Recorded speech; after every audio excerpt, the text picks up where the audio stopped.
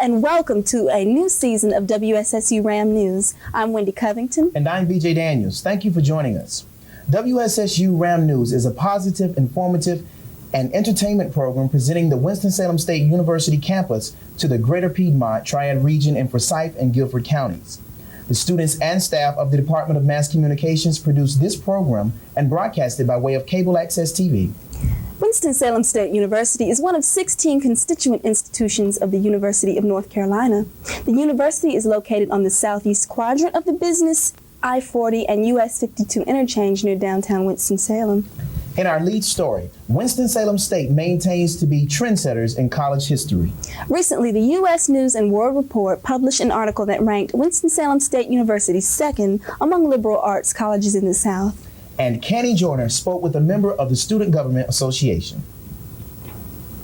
And I'm sitting here with Matarian Wright, Secretary of Social Affairs for the SGA Student Government Association here at Winston-Salem State University. And we're discussing a recent article that appeared in U.S. News and World Report where they ranked Winston-Salem State University second among liberal colleges in the South. Matarian, what I would like to know is, how will this affect the faculty and students here at Winston-Salem State? First of all, Ken, let me start by saying I think that Winston-Salem State University should have been ranked first, but nevertheless, we are happy with our achievements. I think the effect on the students and the faculty will be that this allows the world community to see what a strong impact Winston-Salem State University has on its community. Also, I believe that with this title, we'll bring in better faculty and better students so that Winston-Salem State can preserve its history and continue to be a trendsetter for the new millennium. Thank you for your time. This is Candii Joyner reporting for Ram News.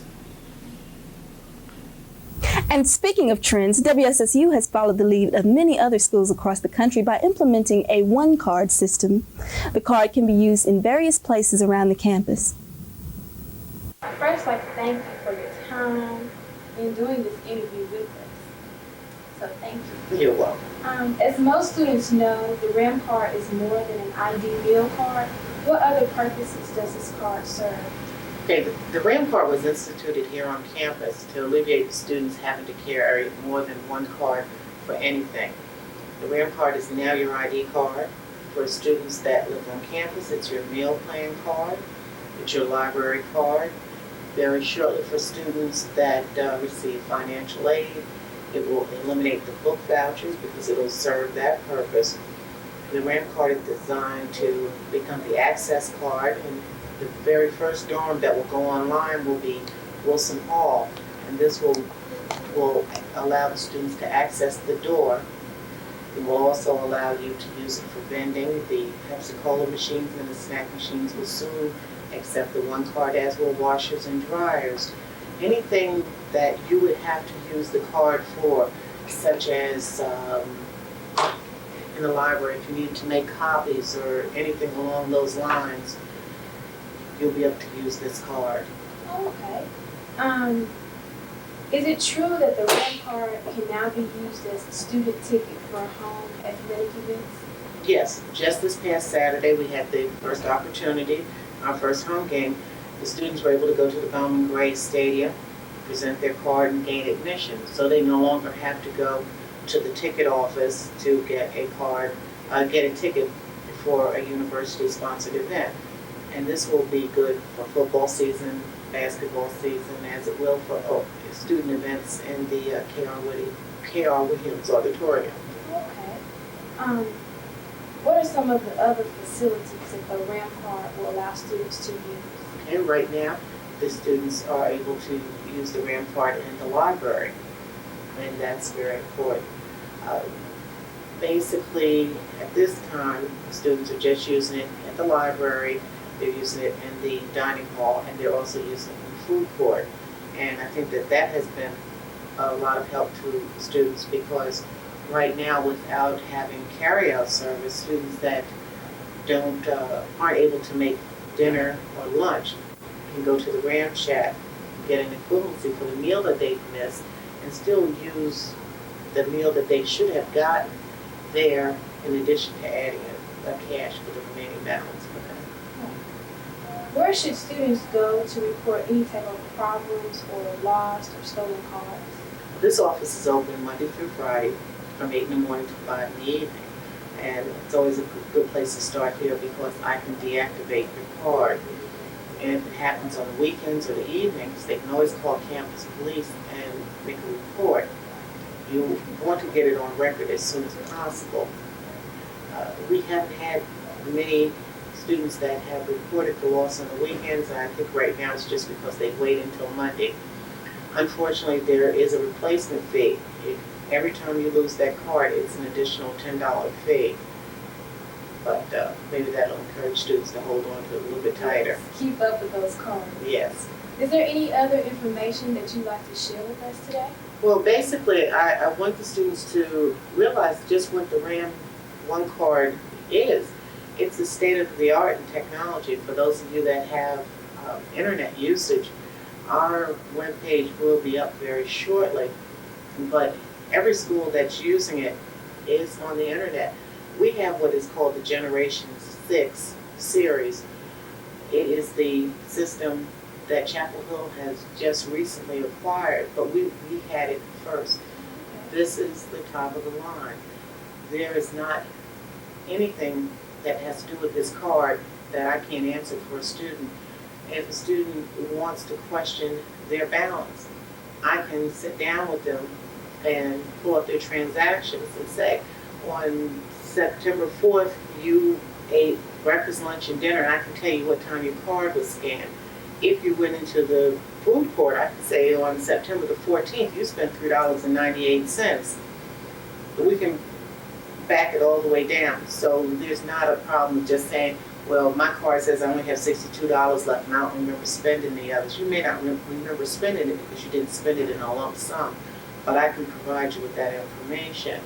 Also, it is a source of identification. I have the student's information and their picture. Should something happen in case of an emergency, I pretty much can track down a student. If your parent called and hasn't been able to get in touch with you at the dorm, if I leave a message, there's a message field, I can include that information. When you go to swipe your card at the meal in the dining hall or in the food court, it'll flash up to get in touch with my office or student activities or whatever. So it serves a lot of purposes. There's still a lot of things that we can do with the card we haven't done yet. It has a designation for SGA voting and several activities that can be developed through that. So as we have the card on campus, we can explore it and decide just what we want to do with it. I brought a reader here. This is the reader that the students are used to seeing.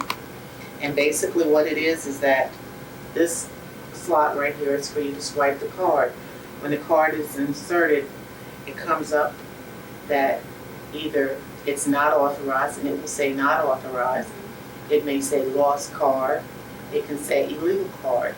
It can also say, for example, we have 21 meal plans. It can say 1 meal deducted, balance 20, or 1 meal deducted, balance 10, because it's going to constantly decrease every meal you swipe. So you will know before you run out of meals. Besides printing here on this window, every area has a terminal on a pole, and it prints on the pole too. So the information is there for the student. It works the same as a cash register, so that when they go to the food court, they can ring up whatever it is that they ordered, hit the total, to swipe the card. Then the student has the option of paying it off their declining balance, or they can pay cash. Okay. Can you give us our number? Can you give us your number, so that students can contact you? Sure.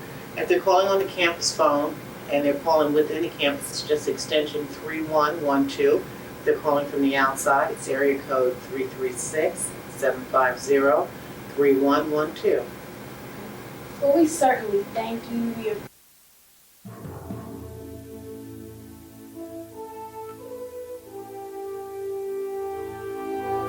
Hello, I'm Althea Bradford, an instructor at Winston-Salem State University in the English and Foreign Languages Department. We would like to recognize a winner. Recently, Miss Janida Nelson tied for second place in the College Language Association Margaret Walker Alexander Creative Writing Contest. Congratulations, Ms. Nelson. Thank you. If you hadn't won this contest, how might you have reacted? The award meant a lot to me because it validated my reasons for writing. It kind of gave me more confidence because I've been writing forever and I haven't been as willing to share what I've written with other people, basically because of my lack of confidence. But the award it was nice to be recognized. And even though I don't make too big a deal of it because I realized it was just one award and one poem, but it still gave me that confidence to even maybe pursue my writing even further, perhaps publishing or maybe another contest. Had you visualized beforehand winning? I had. They sent a letter telling when the contest would be. It was April 17th in Tallahassee, Florida, and I looked at my calendar. I was going to make sure I had that weekend off from work because I just had this feeling that I would be there. Of course, I didn't get to go, but for some reason, I was confident about the whole situation. What has winning this particular award meant to you personally? It just kind of validated my reasons for writing because I've been writing since I was a little girl, elementary school, so it meant a lot to me. I guess it really shouldn't because it's just an award and it shouldn't determine whether or not I'm going to continue writing, but it just felt good to be recognized and told that maybe I have some talent and perhaps I'll have a future with writing. Who are some of the role models that you have taken with you, maybe even as you write, or who have influenced your desire to write? Well, Nikki Giovanni, she is one of my favorite poets. I love her to death. And Toni Morrison, she influenced me a lot. That's probably the first time I picked up a book and actually saw myself and then saw that maybe I could write and do some of the things, maybe not exactly all the achievements she's had, but she inspired me. And Alice Walker, she's another writer that I admire. I have a whole list. Langston Hughes, I love him to death. County Cullen, he's another one of my favorite poets. There's a lot of, especially African-American writers that has influenced me. Mainly women, but there are a couple men that I enjoy reading also. Well, on behalf of Winston-Salem State University, we would like to applaud your winning spirit and your winning poetry. And we hope to see your poetry up in lights someday. Thank you. Now back to you in the studio. What it takes to become an effective broadcast journalist? Some people feel that all it takes are the right clothes and a well-manicured face. Well, Wendy Covington caught up with Wanda Starke of WXII News Channel 12, and she gathered some rather interesting information. This is Wendy Covington, and I'm reporting for RAM News, and I'm here with Wanda Starke, who is a reporter and anchor on WXII News Channel 12.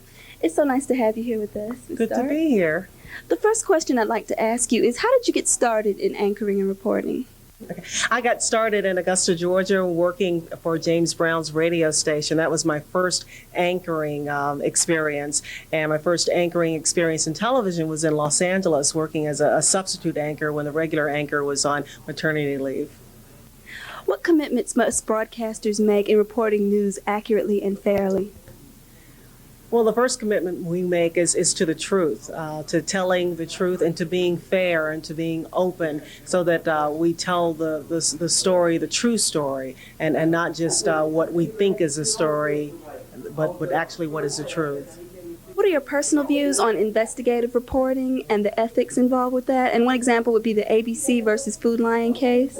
Well, I think investigative reporting is essential. It's an essential part of our business. A lot of the major stories that have been broken came about as a result of investigative reporting. It is, though, of course, one of those things where you have to be careful how you go about presenting the story, how you go about gathering the information. I think in the ABC Food Lion case that a lot of people I don't think, understand how we go about doing our jobs, and I think that was, part of the problem in terms of the jury's verdict. They don't understand how news people go about getting the information and what is required. And maybe we have to do a better job of explaining how we do our jobs. My final question for you today is, what advice would you give aspiring broadcast journalists?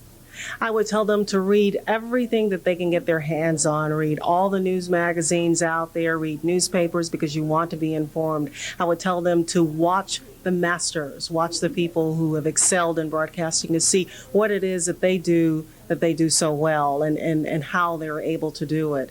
And I would tell them to work hard, to constantly look for ways to improve on themselves, because that's really how you get ahead. Well, thank you for joining us today, and that's all for me, Wendy Covington, reporting for RAM News.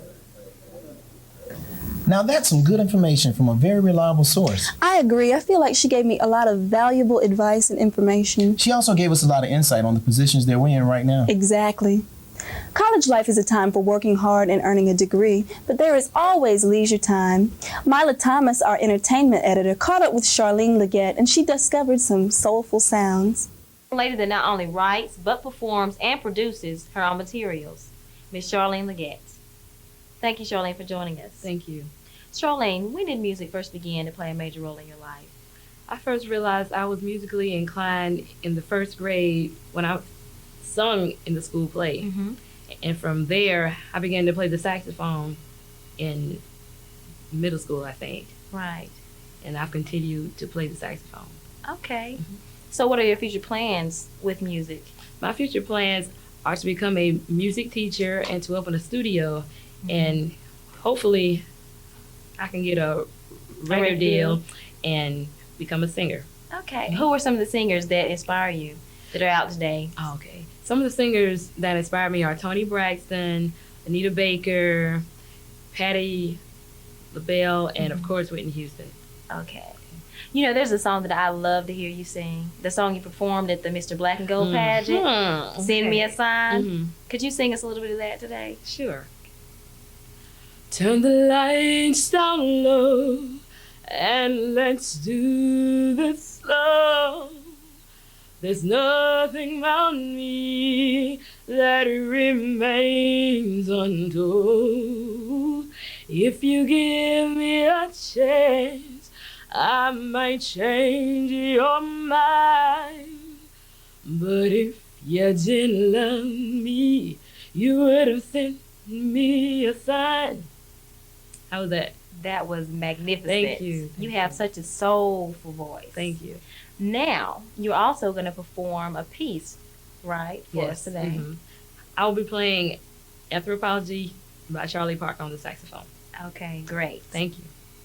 Now, without further ado, Miss Charlene Legette.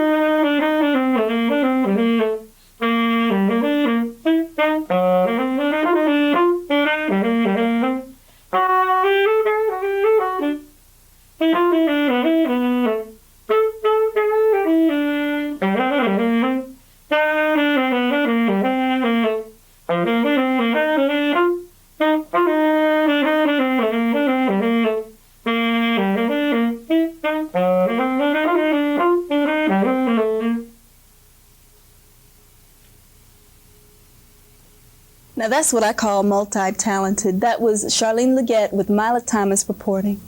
Now, the start of a new year brings the beginning of a new Ram football season. Reporter Wendy Norton spoke with the coaches and players during Ram Day 1998. Hello, this is Wendy Norton reporting from Bowman Gray Stadium, home of the mighty Winston-Salem State University Rams. Today is Meet the Rams Day.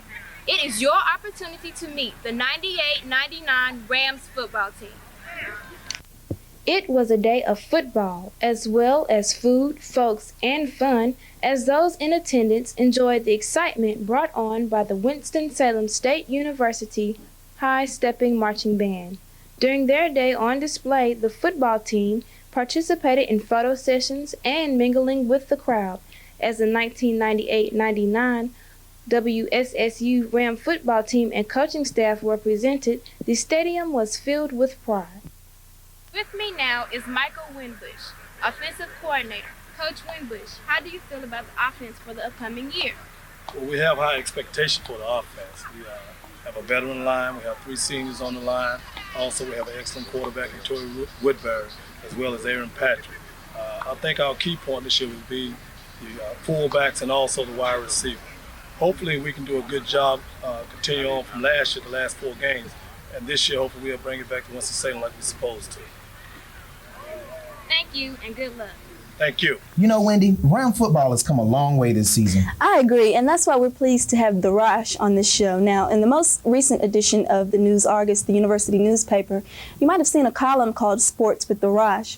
Well, we're excited to have him here on our show, and when we return, he will be here with the University Sport.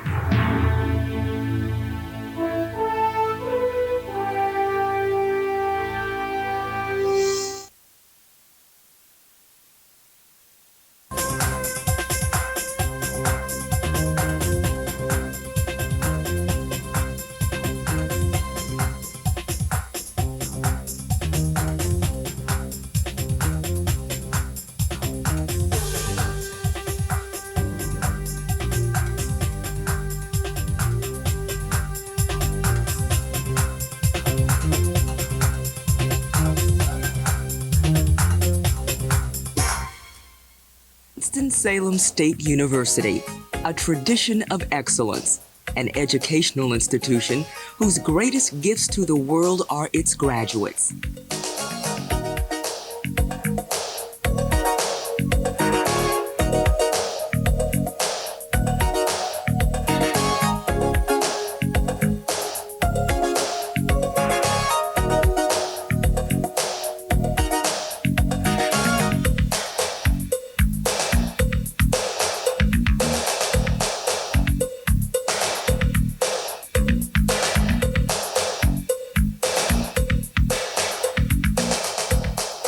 For additional information about Winston-Salem State University or to schedule a campus tour, contact the Office of Admissions by calling toll-free 1-800-257-4052 or write to us at 601 Martin Luther King Jr. Drive, Winston-Salem, North Carolina 27110. Our email address is admissions@wssu1.adp.wssu.edu. This is Rasheed Oluwa with Ram Sports. On September 5th, the Rams began their football season, and to say the least, they've been as erratic as a Wu-Tang Clan album release date. On to Catawba College, where the Rams play their first game. The Indians entered the game ranked 22nd in the Division II poll and proved to be formidable as they held the Rams to 167 yards of total offense for a 10-7 win. The next week found the Rams on the road again as they headed into Greensboro to take on local rival North Carolina A&T. A&T edged the Rams in an ugly game for a 20-12 win. The win improved A&T's all-time record against the Rams to 32-8. After coming off a bye week, the Rams played their first home game of the season as they hosted CIAA opponent, the Virginia Union Panthers. The Panthers entered the game with a 3-0 record, but were no match for the Rams, who were powered behind Tyrone Murphy's 186 rushing yards. The Rams won the game 21-0. That game gave the Rams momentum heading into their homecoming game against the Fayetteville State Broncos. The contest was close as both teams came out of the third quarter with the game tied at 14. But with 5 minutes left in the game, kicker Sean Thomas nailed a 22-yard field goal to give the Rams the lead for good with a 17-14 edge. The Broncos had one last chance to win the game, but Ram defensive back Marcus Wilson came up with a big interception to seal the game. Sounds like it's going to be an exciting season. Thank you, Rasheed. We're glad to have you with us. I'm glad to be here. That's an excellent report. Now, we told you about the homecoming activities, but we didn't mention the level of school spirit that the students and alumni exhibit. Wendy, what about your Ram Pride? Oh, I have Ram Pride. This one. Entertainment editor Candii Joyner tells us all about it. To the spirit of homecoming, the Red and White Day Parade took place on the campus of Winston-Salem State University. Students, teachers, alumni, and children came out to show their Ram pride. The band, dressed in the school's colors of red and white, painted their faces and showcased their unique costumes while they pepped up the crowd with their most popular song, Freeze.